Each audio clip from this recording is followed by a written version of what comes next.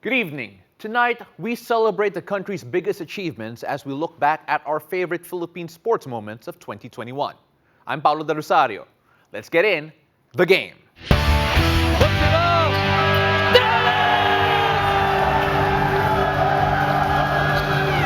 Eight all over. Walong taon inantay ng Gilas, talunin ang Korea. A steal from deep, lowering the Philippines come back to defeat India. Santiago and Cherry Digo are the PBL Open Conference champions.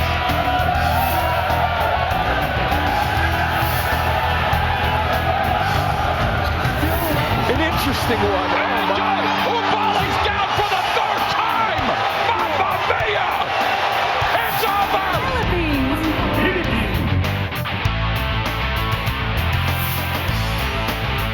Yes! Yes! We are going to the finals! Yes, Philippines, we will fight again for another goal. Boy, away, and he's hitting Dargenian. Oh! Oh! He's floored. I think it's done.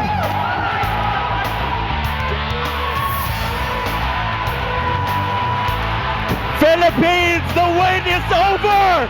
The gold is yours! Finally, Diaz, the gold medalist of the women's 55-kilogram category in weightlifting for the Tokyo Olympics.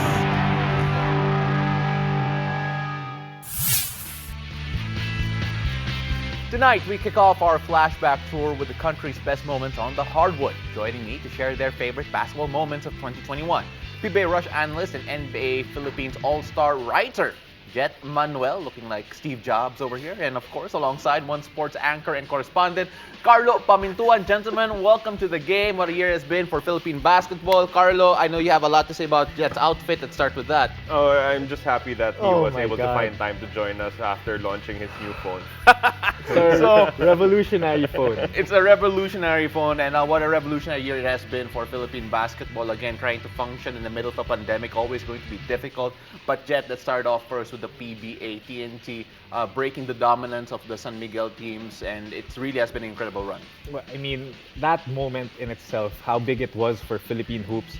I mean, let's start off with how much love the Filipino people have for basketball. And then amidst all the COVID, the drama, the pandemic, the PBA actually found a way to bring us back PBA basketball.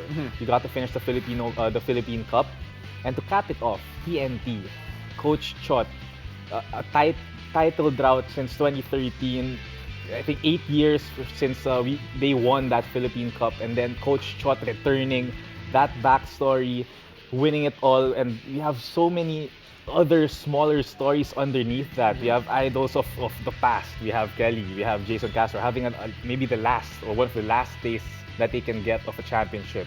We have idols of the present. We have Pogoy, Troy finally winning a chip after how many, 5 years I think. And then now we see the future, a glimpse of, you see now Mikey Williams, of course spearheaded by Mikey Williams in that TNT squad, and just seeing all of that pile up, winning the championship, the emotions, everything, the drama, and us fans just enjoying that moment. And what more can we say? That was a great moment for Philippine hoops. Absolutely, Carlo. What more can we say? But I'm sure you have a lot more to say about that. Coach Chot, especially coming back, has been a big storyline. And of course, all the little things on the side for TNT. But it was never always going to be them favored all the way. They had to go through some troubles, and they had to knock down the biggest teams possible to make it to the championship. And they had to go through all three SMC groups. Ginebra in the quarterfinals, San Miguel Beer in the semis, and of course, Magnolia Hotshots, who were also an outstanding team. I mean, the final tally of the Philippine Cup finals might not have, looked good for Magnolia, but there is no question that they were a great team. You just have to go back to how Coach Chot got back into coaching here in the Philippines and just brought a different flavor for the TNT Tropang Giga.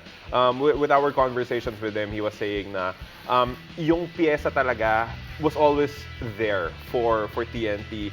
You had the pieces there. They just needed the other players, the complementary players who would help them out. And they had smart signings. I mean, Glenn Cobuntin, you have Brian Neruela, you have Dave Marcelo, all of them playing crucial factors in the finals, and they got them for free basically because they were signed as free agents. So it was all about building it from day one. When he committed to be the head coach of the TNT Tropang GIGA, he wanted to mold that team into a champion, and that's exactly what he did. Absolutely. Target on the back again of TNT, again trying to end this particular PBA season with another championship. So let's see how far they can go this time. But moving on, Gilas Pilipinas came back to action here in 2021 as well. Carlo, you were very close to what was happening. In fact, we were in the bubble. All of us very jealous that you got to see them live and be in front of them.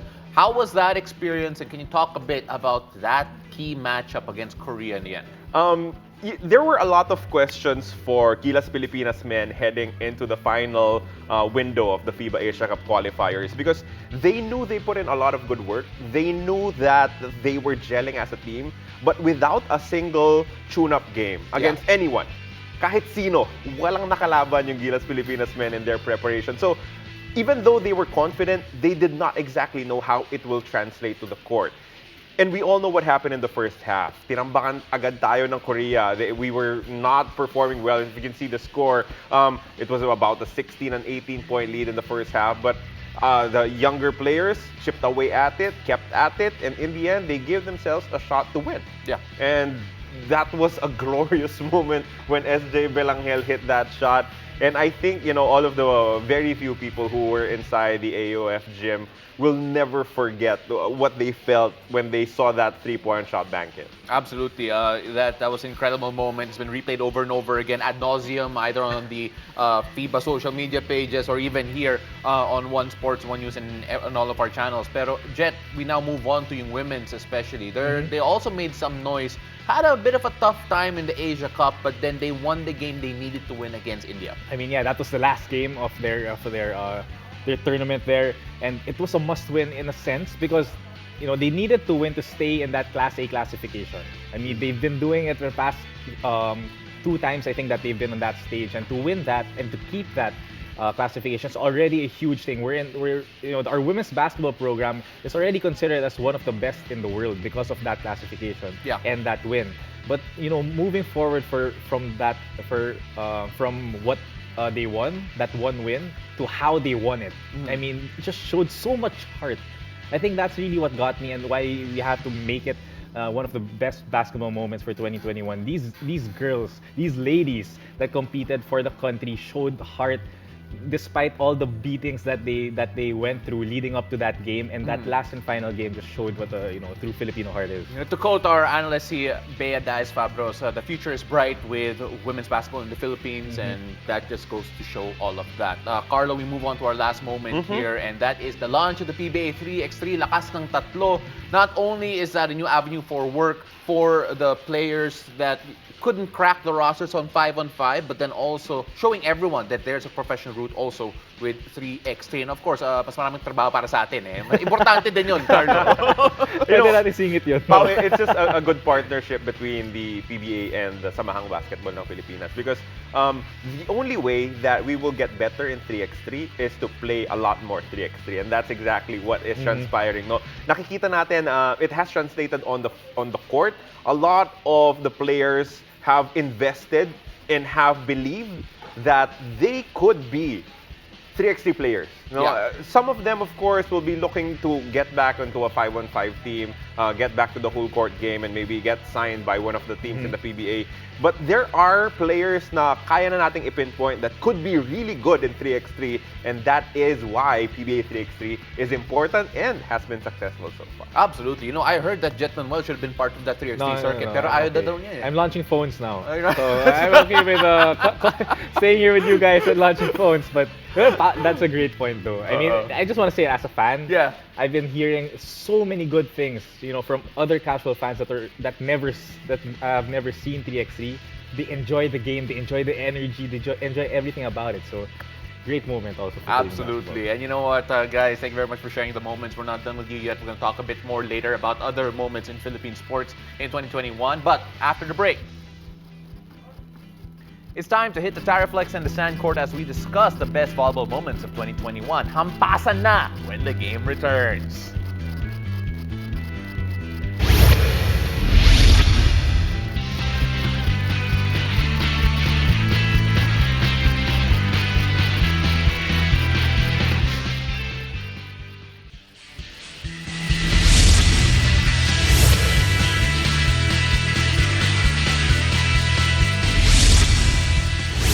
watching the game, I'm Paolo de Rosario.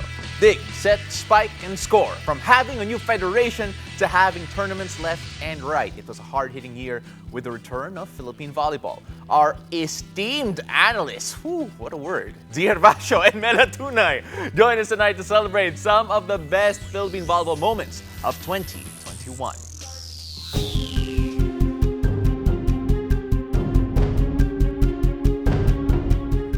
Ladies and gentlemen, Zee and Mela looking very festive in their outfits today. Happy New Year to the both of you.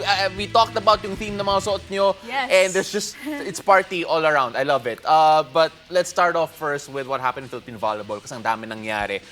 Zee, first professional league right now with the PVL. Great first season. Your thoughts about it actually going on and happening and everything put together? Yes, definitely 2021 is definitely a huge hit for volleyball.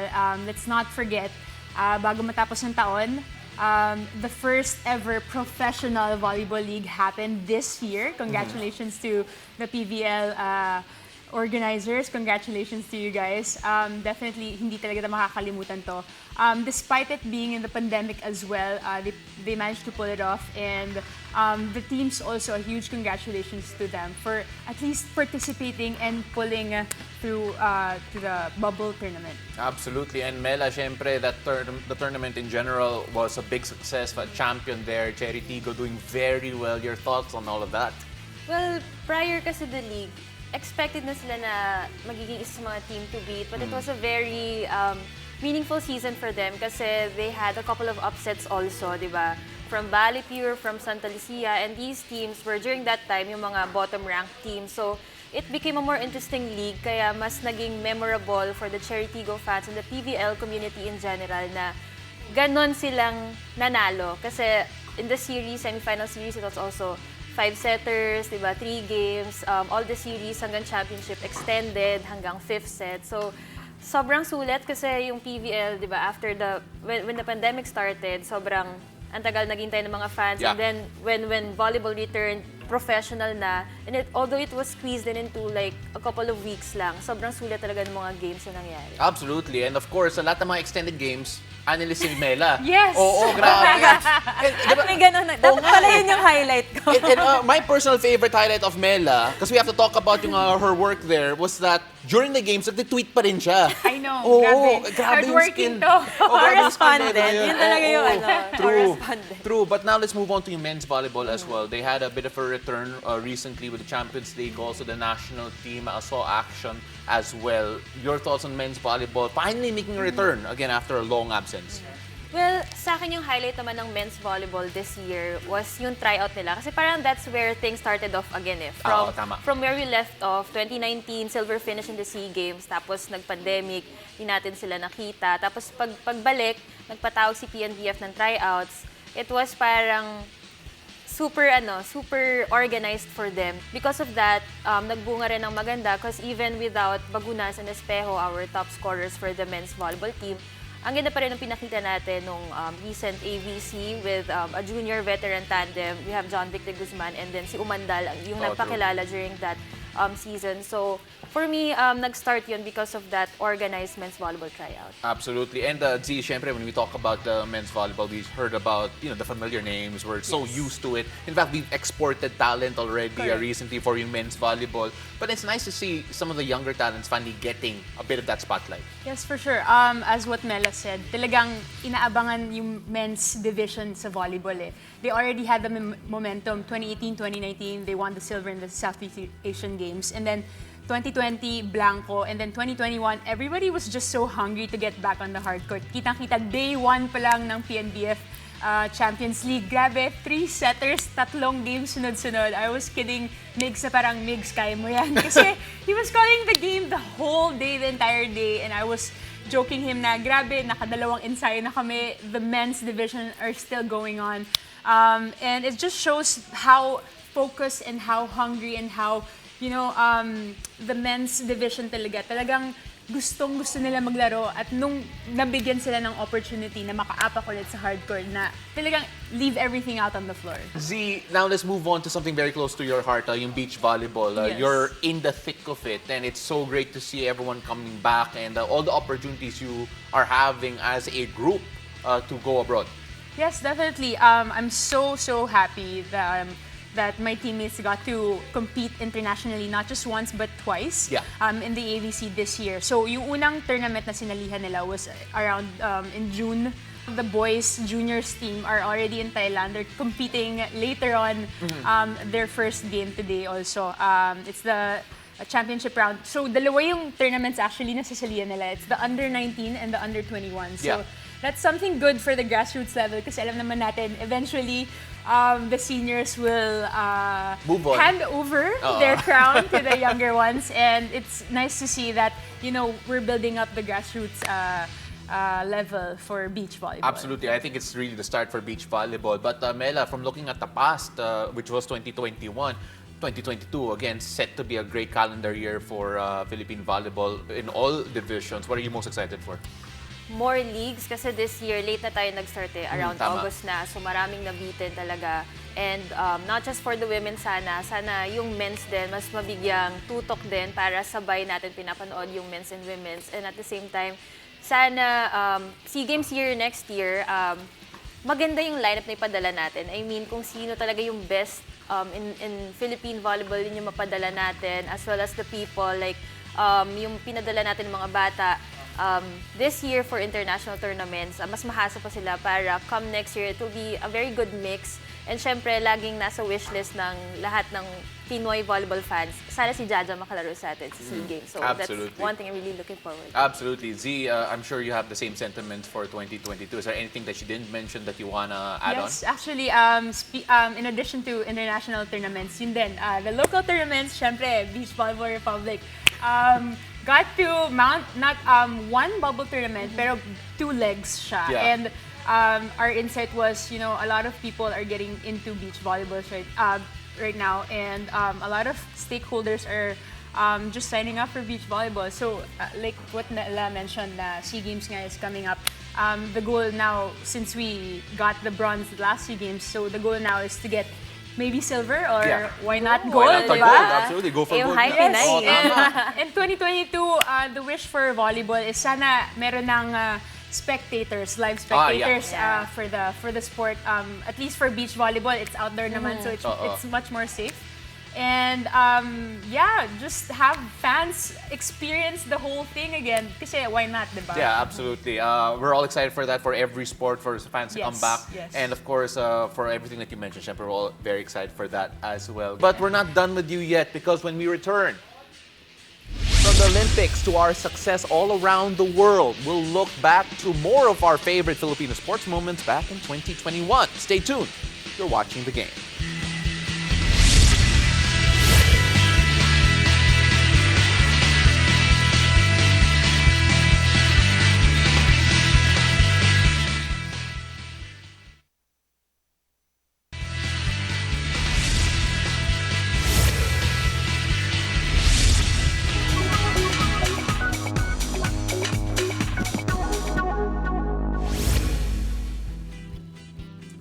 Welcome back to The Game. Alongside Mela Tunay and Z Hervasio, I'm Jet Manuel.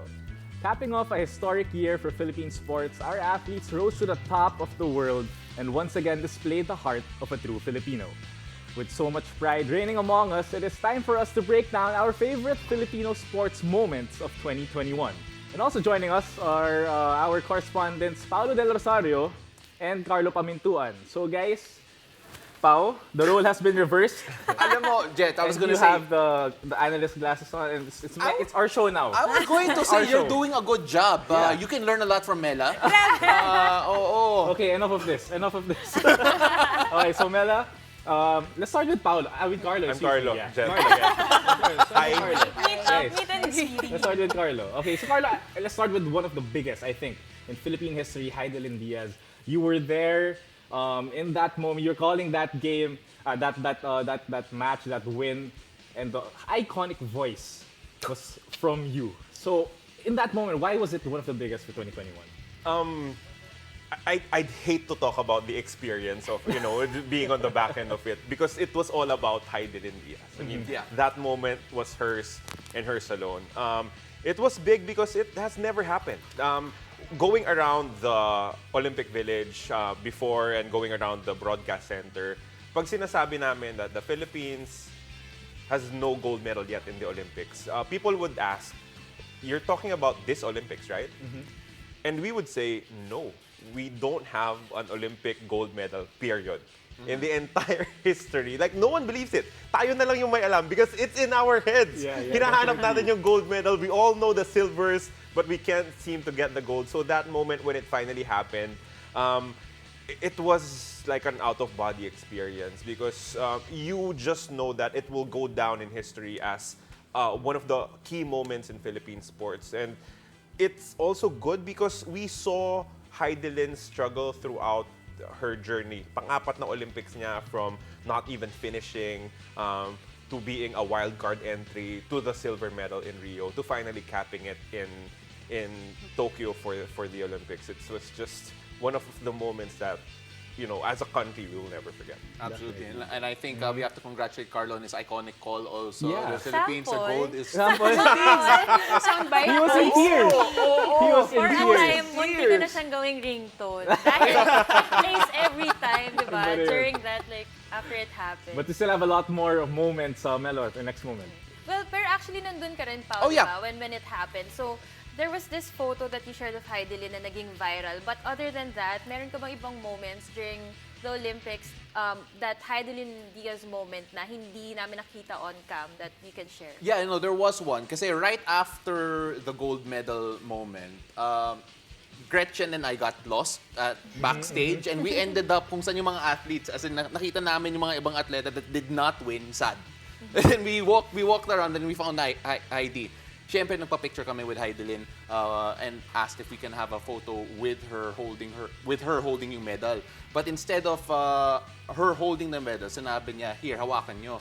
Sabi niya, no, we can't. At sabi niya, hindi, kasi sa atin to eh. And that moment, in my mind, it really stuck. And we had to give that moment to Heidi, as much as we give it to her, that gold medal para sa atin daw talaga. Definitely set the bar high, no? Not just for the Philippines, but even in the Olympics, she set a record. And one more thing na malaki din sa Philippine sports is yung sakat po kaya mo sila Carlo Paalam alongside Taon namin no? Alongside the other boxers, diba? We have Nessie Petesio also winning silver, Yumi Marshall winning bronze. So, it was a big year for Philippine boxing. Ano yung mga thoughts mo on their win? I think that every Filipino, nakabangko pa rin talaga sa boxing in terms of just giving us medals in all levels of competition, not just in the Olympics. But this is by far the best haul na nakuha ng ABAP.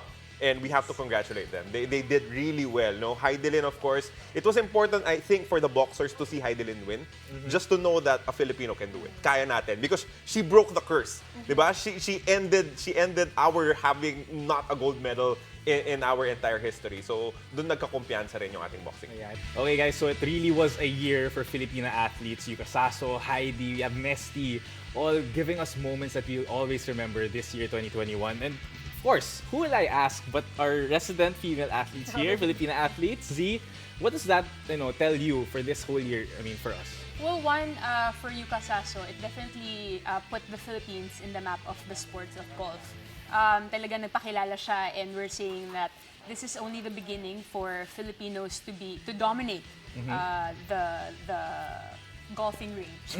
And for Filipinas naman, parang huwag nyo kaming maliitin. Don't forget about us kasi andito din kami lumalaban. It's very traditional to think that it's only the